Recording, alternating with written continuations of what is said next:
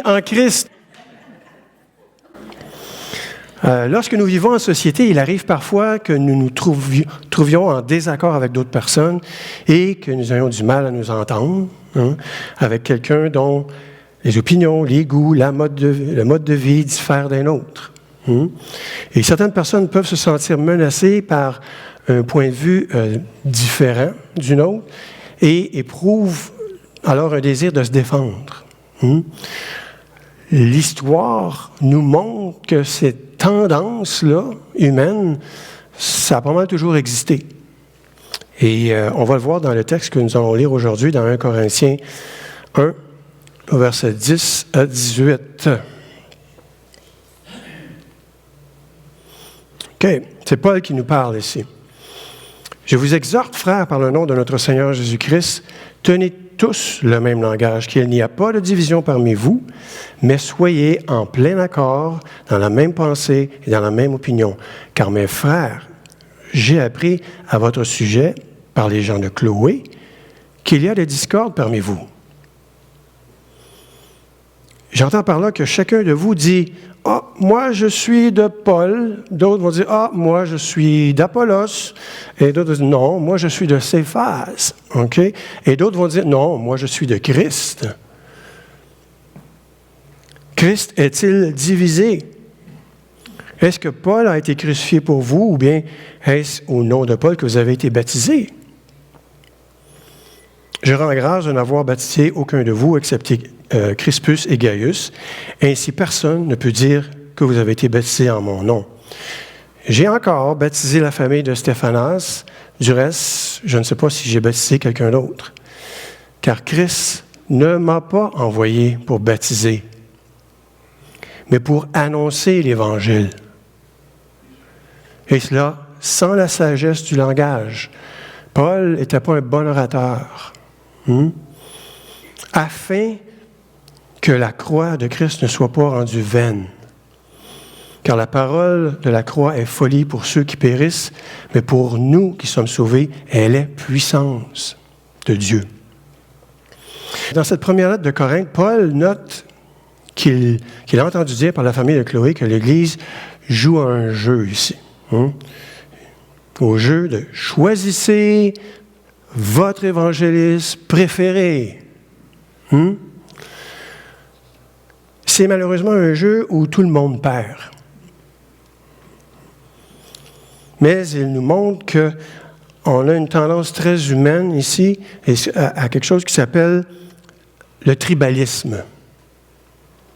Le tribalisme se produit lorsque nous nous considérons nous-mêmes et notre point de vue comme la seule bonne foi. Et que nous nous rassemblons avec une loyauté de groupe aveugle envers ceux qui pensent comme nous. On forme des petites gangs, des petits groupes, des clans. Parfois, notre allégeance, est tout à fait enthousiaste et inoffensive et même amusante, si on prend le cas d'un événement sportif. Encore là, il y a des situations, là, il y a du parti pris. Mais d'autres fois, il peut nous faire oublier notre engagement à vivre comme Jésus et à partager l'amour de Dieu sur terre. Donc, on va voir 3 points aujourd'hui. Quels sont les symptômes du tribalisme? Quel est l'antidote au tribalisme au sein de l'Église? Et à quoi ressemble le dépouillement de soi-même? Donc, le premier point. Quels sont les symptômes du tribalisme? Bien, ce qu'on vient de lire dans 1 Corinthiens 1, versets 10 à 18, ça nous l'explique. Et Paul nous dit au verset 10 ce qu'est le tribalisme. C'est ne pas vouloir ou ne pas pouvoir s'entendre avec ceux qui pensent différemment. On a vu ça au verset 10. Au verset 11, se disputer à cause des différences. Au verset 12, choisir son camp sur un sujet et essayer de rallier ceux qui ont choisi le même camp en excluant ceux qui ne sont pas d'accord. Pas très bon, ça. Au verset 13 à 16, considérer l'individualisme et l'opinion personnelle comme plus important que l'unité en Christ. Ça, c'est du tribalisme, frères et sœurs. Il semble que l'Église de Corinthe était divisée en au moins 4 factions, chacune ayant son propre partisan, ses propres partisans et ses propres priorités. Ils prenaient parti pour soutenir leurs dirigeants préférés, ce qui avait pour effet, naturellement, de les diviser. Dans le contexte décrit par Paul, les différents partis exaltaient leurs dirigeants favoris contre les autres. C'est malsain, cela. Et pourtant, rien n'indique que les dirigeants compétitionnaient entre eux. Ce n'était pas une question de « Ah, c'est Paul contre Apollos, Apollos contre Céphase ou Céphase contre Paul ». Il n'y avait pas une rivalité entre eux. Les gens se disputaient parce qu'ils prenaient parti et formaient des alliances pour soutenir leurs leaders respectifs. Le contexte, quand on lit les Écritures, le contexte nous donne une idée de la raison. C'est que chaque leader avait sa propre personnalité, ses propres dons, et donc, malheureusement, ses partisans. Les gens étaient divisés quant à savoir qui était le meilleur leader à suivre. Qui était supérieur aux autres? Quel est le leader le plus capable de nous diriger et le plus spirituel? Est-ce Paul? Paul, puisqu'il a fondé l'Église de Corinthe, est-ce que c'était le meilleur leader? Ceux qui ont appris à connaître le Christ dès le début ont su apprécier beaucoup Paul après sa conversion. Parce qu'avant, c'est une autre histoire. Ayant reçu une formation de pharisien, Paul était un excellent enseignant de la loi, un grand connaisseur, comme nous le savons par tous les écrits qu'il a fait dans la Bible. Mais malheureusement, Paul n'était pas aimé de tout le monde à Corinthe. Et de plus, Paul n'est resté à Corinthe que pendant environ 1 an et demi. Donc, il était plutôt un leader absent. Et que dire d'Apollos? Est-ce que l'Église doit suivre Apollos? C'est Luc qui nous révèle l'existence d'Apollos dans Actes. Dans Actes 18, versets 24 à 28. On va le lire. Un Juif du nom d'Apollos, originaire d'Alexandrie, homme éloquent et versé dans les Écritures, était arrivé à Éphèse. Il était instruit dans la voie du Seigneur et fervent d'esprit, il annonçait et enseignait avec exactitude ce qui concernait Jésus, tout en ne connaissant que le baptême de Jean. Il se mit à parler ouvertement dans les synagogues et Priscille et Aquilas, après l'avoir entendu, le prirent avec eux et lui exposèrent plus exactement les voies de Dieu. Il y avait un petit manquement à Apollos au niveau des connaissances. Au verset 27, il dit « Comme il voulait passer en Achaïe ». Achaïe, c'est la région où Corinthe se situe. Les frères l'y encouragèrent et ils écrivirent aux disciples de bien le recevoir. Arrivé là, il se rendit très utile à ceux qui avaient cru par la grâce de Dieu, car il réfutait avec vigueur les Juifs en public et démontrait par les Écritures que Jésus est le Christ. Donc, Apollos semble faire un très bon travail.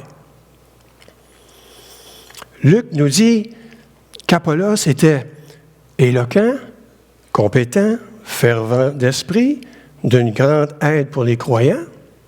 Il nous dit également que c'est un enseignant doué, un bon débatteur, un excellent défenseur.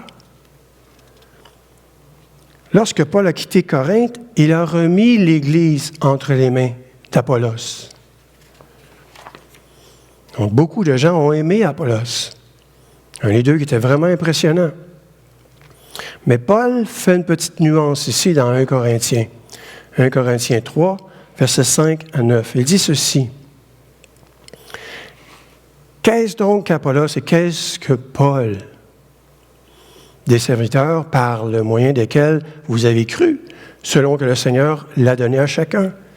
J'ai planté, Apollos a arrosé, mais c'est Dieu qui a fait croître. Ainsi, ce n'est pas celui qui plante qui est quelque chose, ni celui qui arrose, mais c'est Dieu qui fait croître. Celui qui plante et celui qui arrose ne font qu'un, et chacun recevra sa propre récompense selon son propre labeur. Car nous sommes ouvriers de Dieu. Vous êtes le champ de Dieu, l'édifice de Dieu. Il faut bien voir les choses ici, dit Paul. Nous sommes tous de simples serviteurs de Dieu et qui accomplissent un travail qu'il nous a confié. Même les dons que nous avons viennent de Dieu. Quand je dis nous, là, c'est vous tous. Là. On voit ça dans 1 Corinthiens 12, verset 11. Un seul et même esprit opère toutes ces choses, les distribuant à chacun en particulier comme il le veut. Ça ne vient pas de vous, ça ne vient pas de nous, ça vient de l'esprit. Ça vient de Dieu. Paul dit, je peux planter, Paul peut arroser, mais seul Dieu peut faire croître. Il n'y a rien à se vanter ici en tant qu'être humain.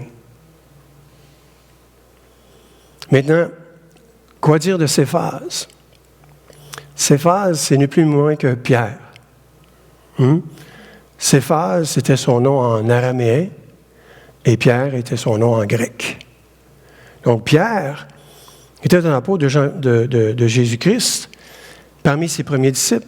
Il était le porte-parole des 12 avec son franc-parler, parce que Pierre, il y avait du guts, il y avait de la poigne, avec son franc-parler et aussi son sens inné du commandement. Il faisait partie du cercle restreint des disciples de Jésus avec Jacques et Jean. Pierre a joué un rôle très important dans la fondation de l'Église. À la Pentecôte, il a prêché son premier sermon à la foule juive et 3000 personnes sont devenues croyants. Et si vous voulez le lire, vous pouvez le lire dans Acte 2. Plus tard, lorsqu'il a appris que la Samarie avait accepté l'Évangile par l'intermédiaire du diacre Philippe, Pierre est parti avec Jean et a prêché aux Samaritains, qui eux ne croyaient pas. Pierre a été appelé à se rendre chez le centurion romain. Imaginez un Romain ici, Corneille, pour aller guérir sa fille. Alors, ainsi, la première famille païenne a connu le Christ. Pierre est l'apôtre qui a eu un impact dans 3 cultures différentes avec l'Évangile de Christ. Les Juifs, les Samaritains et les gentils, ce qu'on appelle les païens. Étant donné que Pierre était le seul apôtre parmi eux, est-ce que Pierre n'était pas celui qui devait devenir le chef? Est-ce qu'il n'avait pas toutes les qualités pour être le chef? Et il y a un 4e groupe, un 4e clan qui disait « Nous sommes de Christ ». Ce sont ceux qui voulaient paraître plus spirituels que les autres, en disant, nous, on suit le Christ, on ne suit pas Paul, on ne suit pas Céphase, on ne suit pas Apollos, on suit Christ. On est spirituels, nous. Ils se plaçaient ainsi au-dessus des autres, car les autres étaient des dirigeants mortels, Paul, Apollos et Pierre. Si leur cœur était vraiment juste, il rallierait tout le monde dans l'Église. Il unirait tout le monde.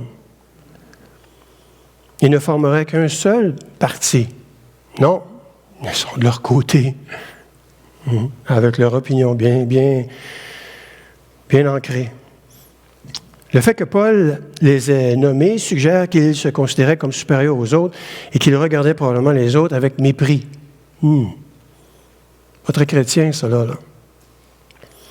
Donc, Paul, Apollos, Pierre étaient tous de bons dirigeants, pleinement qualifiés, doués. Il n'était pas le problème ici. Leur caractère et leur service n'étaient pas en cause. Paul rappelle aux Corinthiens que l'Évangile n'a pas été prêché et que les gens n'ont pas été baptisés pour comparer la qualité de leur salut avec celui des autres. Paul ne cherchait pas à se faire des adeptes, mais à partager avec les gens ce que Jésus avait fait. Aux yeux de Paul, son manque d'habileté en tant qu'orateur était un atout, car il n'y avait rien d'autre que la beauté du sacrifice de Christ sur la croix pour attirer les croyants. Étant pas un orateur splendide, bien, les gens automatiquement s'attachaient au message. Il n'attirait pas l'attention sur lui-même. Lorsque les gens sont pris dans le tribalisme, ils veulent être considérés comme des gagnants et non comme des perdants. Ils veulent que leur équipe, leur candidat, leur cause gagne, quelle que soit la forme que prend la victoire dans leur contexte. Dans la culture nord-américaine, on entend souvent ça. Hein? On doit être des gagnants, on doit être les meilleurs. Il est important de gagner dans cette culture-là. Et l'individualisme est une valeur très présente. Cependant, quel que soit l'endroit où nous vivons, nous devons examiner la culture qui nous influence, et souvent de façon inconsciente. On ne s'en rend pas compte. Il faut s'élever à un niveau de conscientisation de ça. Et nous devons nous demander comment elle s'inscrit, cette influence-là, dans notre identité d'enfant de Dieu, vivant sur la terre de Dieu, avec la présence d'autres enfants de Dieu. Soyons attentifs, frères et sœurs, à cela, car la société nous pousse vers le tribalisme. Donc voilà pour le point 1. Le point 2. Maintenant, quel est l'antidote au tribalisme au sein de l'Église? L'Église de Corinthe était divisée dans son allégeance, comme on vient de le dire. L'Église de Dieu ne tourne pas autour des leaders humains, mais tourne autour de Christ. Paul il nous a dit dans 1 Corinthiens 1, verset 10, « Je vous exhorte, frères, par le nom de notre Seigneur Jésus-Christ, tenez tous le même langage, qu'il n'y ait pas de division parmi vous.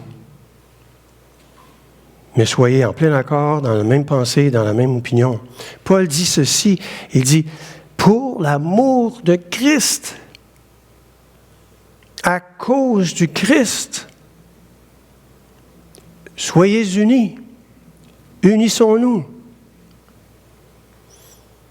Non pas pour moi, non pas pour Apollos, non pas pour Céphas, mais pour le Christ. Soyez unis dans une même pensée et un même jugement. Voilà l'antidote, frères et sœurs. L'antidote, c'est Christ. Donc, Paul ainsi les ramène au seul nom qui est au-dessus de tout nom, Christ. Mais comment pouvons-nous être d'accord lorsque nous sommes en désaccord sur un sujet? Est-ce que je dois abandonner ma position et céder face aux autres? Ou est-ce que les autres doivent abandonner leur position et adopter la mienne? C'est même pas ça qu'il faut faire. C'est ce qui est important, c'est le point de vue. C'est pas le point de vue des autres ou du mien, c'est le point de vue de Christ. C'est ça qui est important. Qu'est-ce que Christ veut? Quelle est sa volonté? Ce n'est pas l'opinion de chacun. Regardez qu'est-ce que Christ veut. Nous nous unissons en Christ, autour de Christ, à cause de Christ et pour Christ.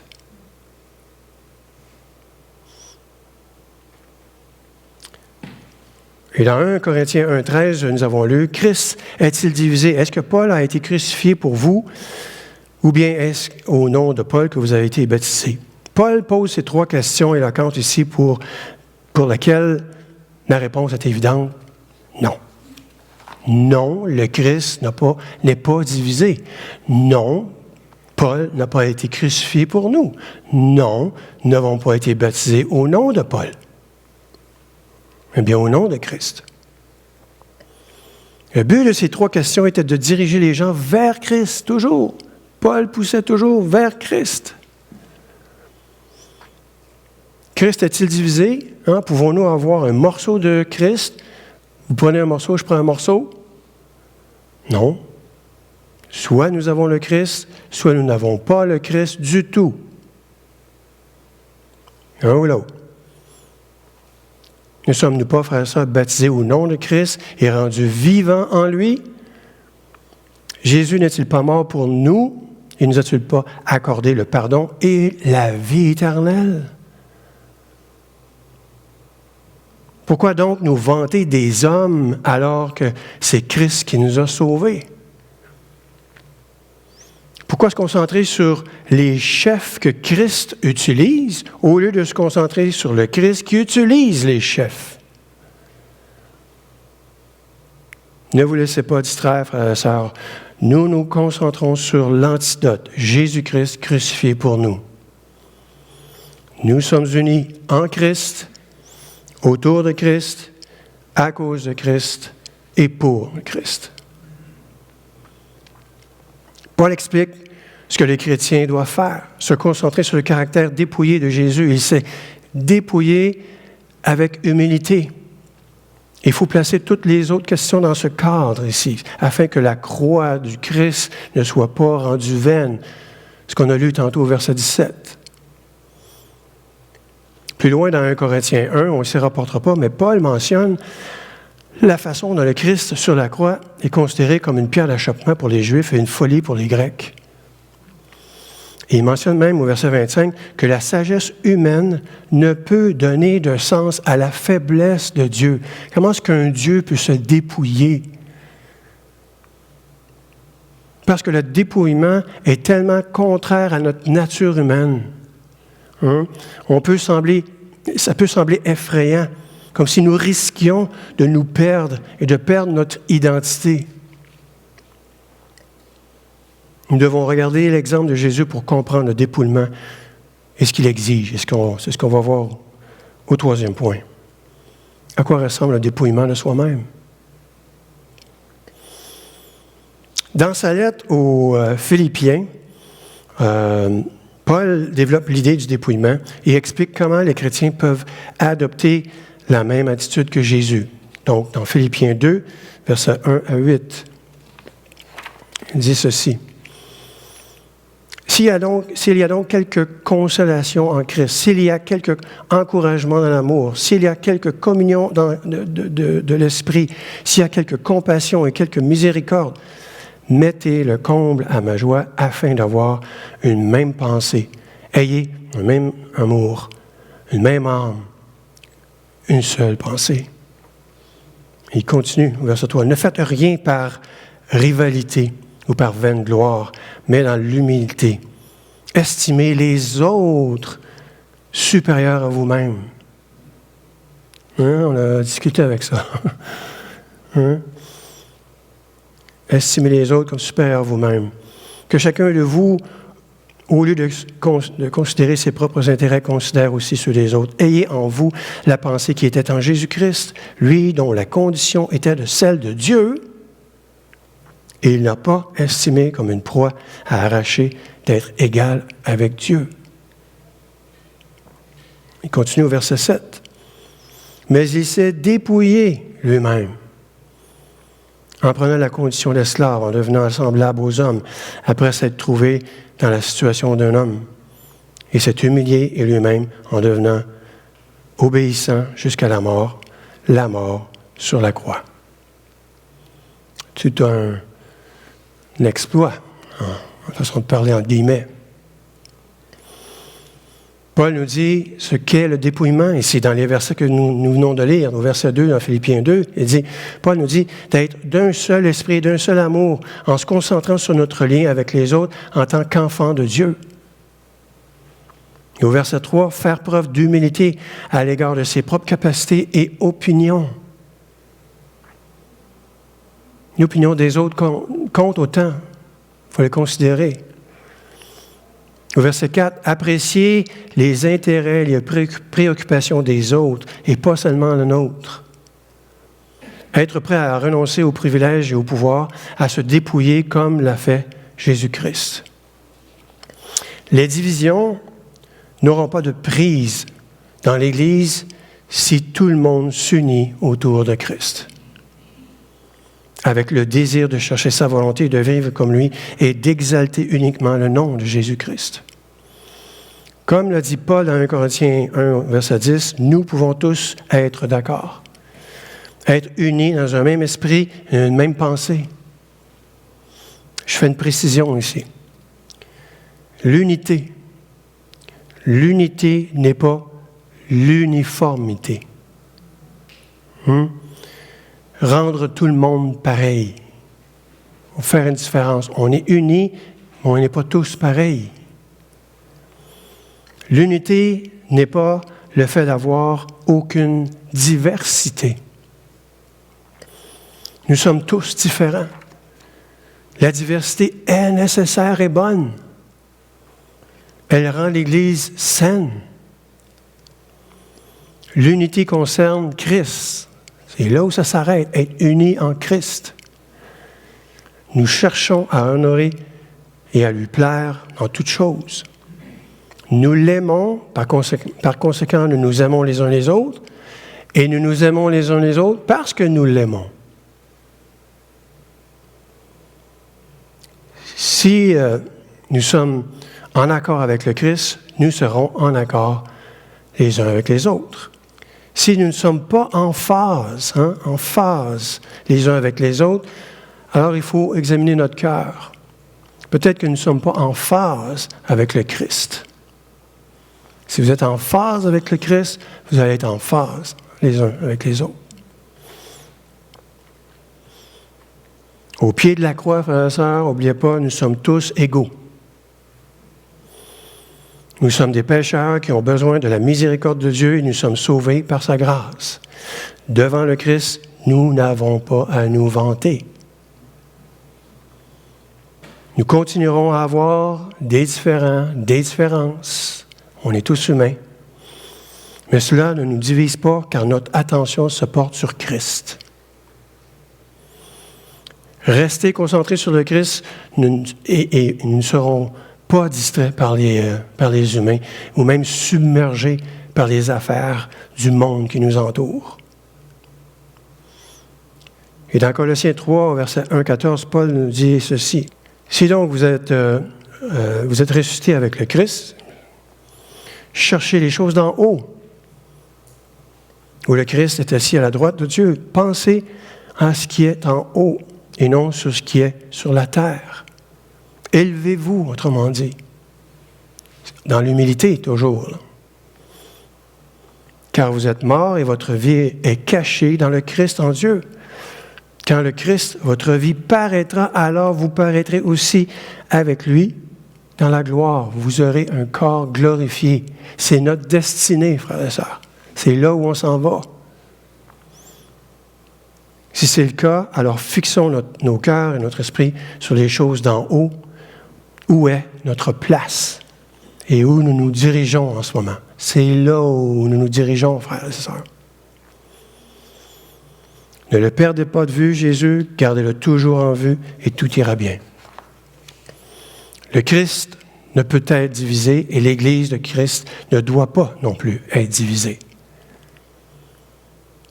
Bien que nous possédions tous certains marqueurs d'identité, par exemple, la race, le genre, la langue, l'âge, l'éducation, la situation géographique, le style de vie. On est tous différents. Et ces marqueurs d'identité sont secondaires.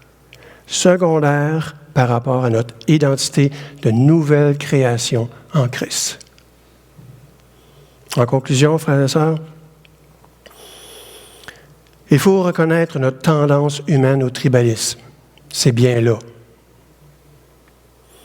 Soyons attentifs à nos pensées et remarquons quand elles ont tendance à diviser et non pas unir.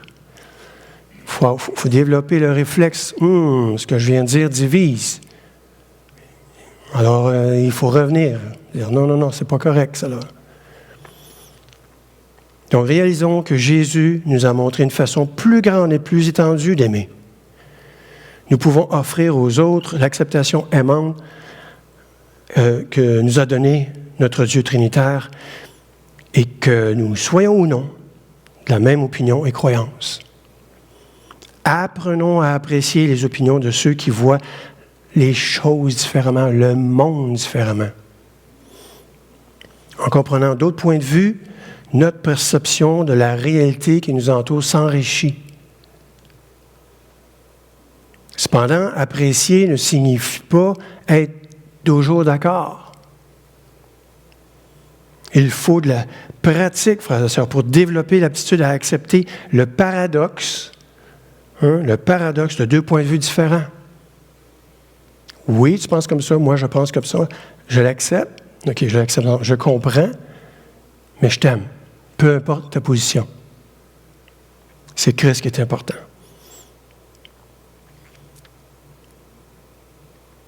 Donc, les êtres humains ne peuvent pas percevoir la totalité de la réalité par eux-mêmes. Tout ce qui nous entoure, là, on ne peut pas en percevoir toute la réalité. Chacun, on l'aperçoit différemment. On est trop enclin à une variété de préjugés. Ça vient de notre passé, ça vient du vécu, ça vient de l'éducation. On a tous certains préjugés. Mais il faut passer par-dessus ça avec les autres, dans l'amour. Il est essentiel de reconnaître notre tendance au tribalisme lorsque nous nous rendons dans notre voisinage pour partager l'amour et la vie de Jésus avec les autres. Tous ont besoin de connaître leur identité en Christ. Tous ont besoin de connaître l'Évangile. Tous ont besoin d'entendre qu'ils sont aimés, qu'ils sont pardonnés et réconciliés avec le Père. Ils ont tous besoin d'entendre tout ça. Vous le savez, vous, mais eux, non. Notre culture peut nous imprégner de récits malsains. Et nous pouvons, sans le savoir, avoir des valeurs comme l'individualisme et qui nous poussent à adopter des comportements de division. Jésus montre que l'amour des autres exige, oui, des sacrifices. L'amour de Dieu nous oblige à tendre la main à ceux qui nous entourent et à ne plus considérer les autres du point de vue mondain. Plutôt, il faut les voir comme des enfants de Dieu bien-aimés. Ils ne savent pas, mais c'est les enfants de Dieu bien-aimés. Tout inconfort ou sacrifice requis n'est rien comparé à la gloire d'aider les autres à voir leur véritable identité en Christ. Amen.